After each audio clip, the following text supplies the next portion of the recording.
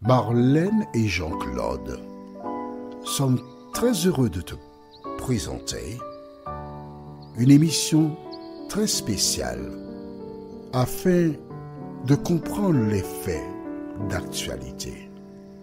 Merci pour ta fidélité. Merci pour ton amour pour l'Éternel des armées. Nous verrons aujourd'hui un thème qui n'est pas facile.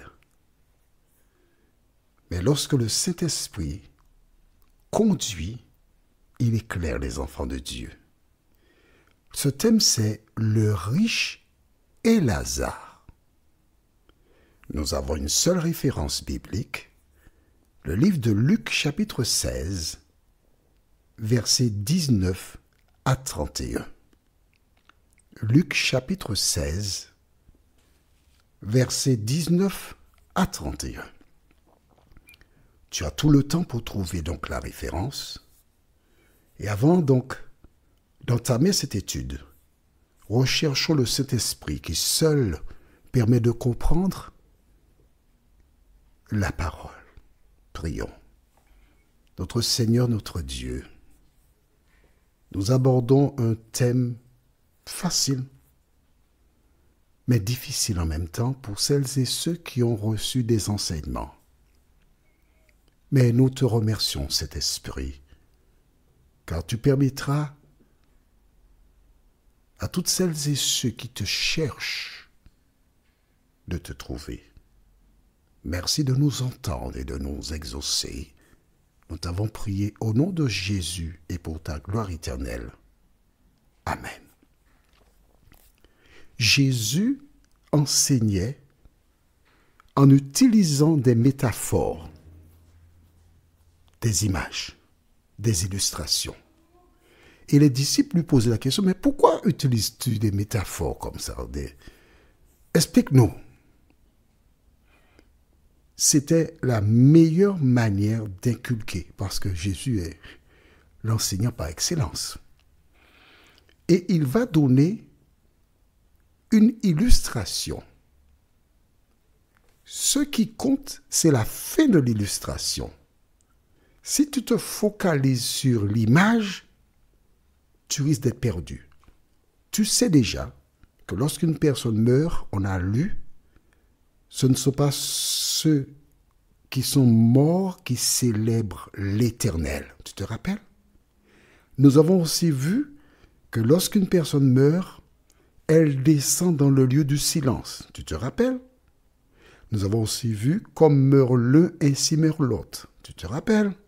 Nous avons aussi vu qu'à la mort, leur amour, leur haine, tout ça a déjà péri. Donc, ils n'auront plus jamais aucune part à tout ce qui se fait sous le soleil. D'accord? Bien. Il n'y a plus de contact. C'est terminé. Je te répète, ce qui est important, c'est la fin de l'illustration. Et je vais t'expliquer. Tu verras, c'est facile. On va dans Luc 16, versets 19 à 31. Il y avait un homme riche qui était vêtu de pourpre et de fin lin, et qui chaque jour menait joyeuse et brillante vie. Un pauvre nommé Lazare était couché à sa porte, couvert d'ulcères, et désireux de se rassasier des miettes qui tombaient de la table du riche. Et même les chiens venaient encore lécher ses ulcères. Le pauvre mourut, et il fut porté par les anges dans le sein d'Abraham. Le riche mourut aussi, et il fut enseveli dans le séjour des morts.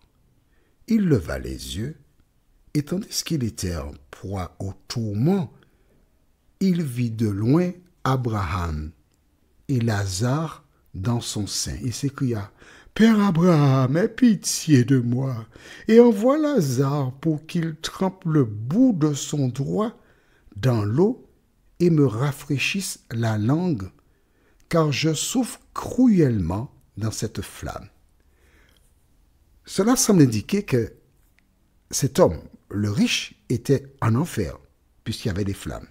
Mais est-ce le cas? Alors réfléchis. Pas de blague, hein? Ok, pas de blague. Ne me dis pas des bêtises non plus. Est-ce une réalité? Non, ce n'est pas possible. Pourquoi? Pour qu'il sente les flammes, il faut qu'il soit vivant. Or, le souffle de vie est retourné à Dieu. Est-ce que tu es d'accord avec moi? Mais c'est ce qu'on a déjà lu. Tu as déjà oublié alors? Oh, tu exagères. Il n'a pas de souffle.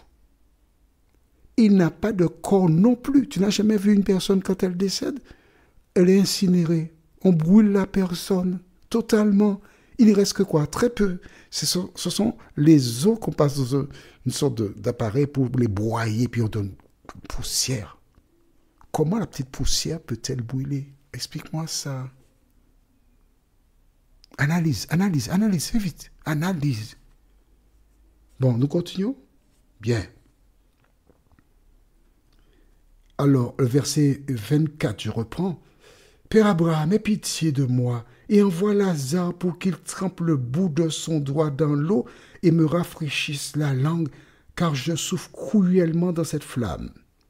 Abraham répondit, mon enfant, souviens-toi que tu as reçu tes biens pendant ta vie et que Lazare a eu les maux pendant la sienne.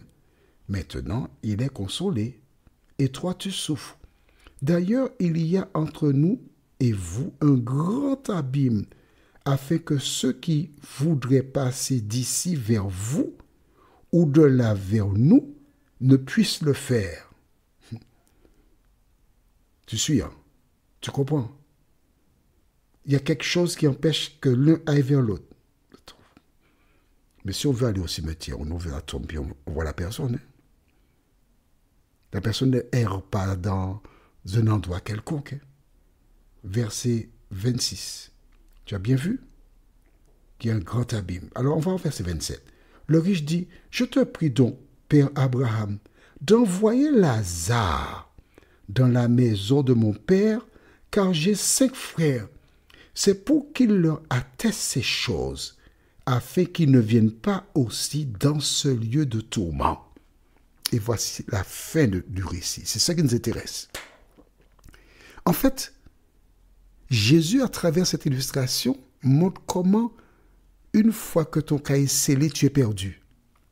Et en même temps, il indique que les personnes qui sont saintes ne peuvent pas aller vers des vivants, leur parler.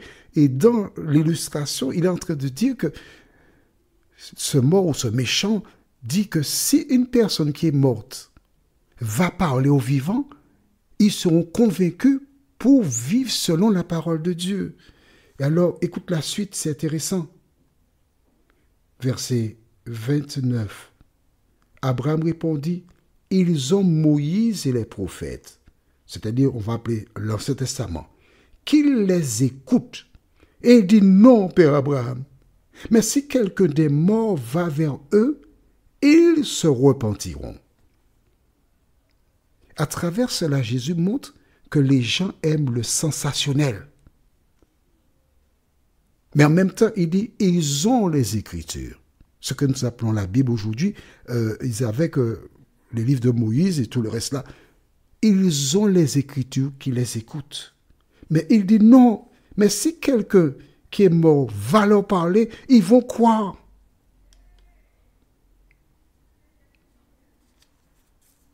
Et Abraham lui dit, s'ils n'écoutent pas Moïse et les prophètes, ils ne se laisseront pas persuader quand même quelqu'un des morts ressusciterait. Pourquoi? Dis-moi pourquoi. La réponse est facile. Toutes mes questions ont des réponses faciles. Pourquoi? Nous avons déjà vu cela. La Bible déclare que c'est le Saint-Esprit qui convainc les hommes du péché. Le Saint-Esprit qui les conduit à Jésus. Comment cela se passe-t-il? C'est simple. Le Saint-Esprit m'a dicté les différents thèmes. Le même esprit me donne les paroles pour t'expliquer ce que tu entends. Le même esprit est là pour t'aider à comprendre ce que je dis. Et à partir de là, la balle est dans ton camp. C'est toi qui choisis. Ce que tu dois retenir, ce qui est fondamental. C'est le verset 31. Et Abraham lui dit, s'il n'écoute pas Moïse et les prophètes, c'est-à-dire les Écritures, ils ne se laisseront pas persuader quand même quelqu'un des morts ressusciterait. Mais Dieu ne fait pas cela. Dieu ne va pas demander à un mort de sortir pour aller prêcher l'évangile. Mais non. À qui a-t-il donné cette mission? Jésus, dans Matthieu 24, 14, écrit ça dans le cahier. Matthieu 24, 14. Matthieu 24, 14 déclare, « Cette bonne nouvelle du royaume sera prêchée dans le monde entier à toutes les nations pour servir de témoignage. Alors viendra la fin. » Ce sont des humains qui doivent prêcher l'évangile.